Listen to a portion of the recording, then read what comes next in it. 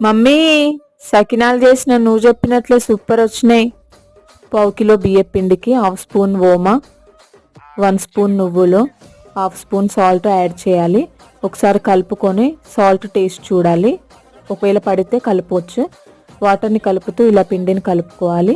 కొద్దిగా పిండిని తీసుకొని ఇలా బొట్టు పెడతారు. తర్వాత సకినాలన్నీ ఇలా చుట్టుకుంటారు. దీన్ని సకినాలు షేపు అంటారు. ఇలా పిండంతా సకినాలుగా చుట్టేసుకొని ఒక 10 మినిట్స్ ఆరనివ్వాలి. ఇలా ఆరిందో లేదో చూసుకున్న తర్వాత పల్చటి రేకుని తీసుకొని ఇలా ఒక్కొక్కటిని తీసుకోవాలి. నేను తీసుకున్న మూకుడులో 4 పడతాయి కాబట్టి 4 తీసుకొని ఇలా ఆయిల్లో డీప్ ఫ్రై చేస్తున్నాను.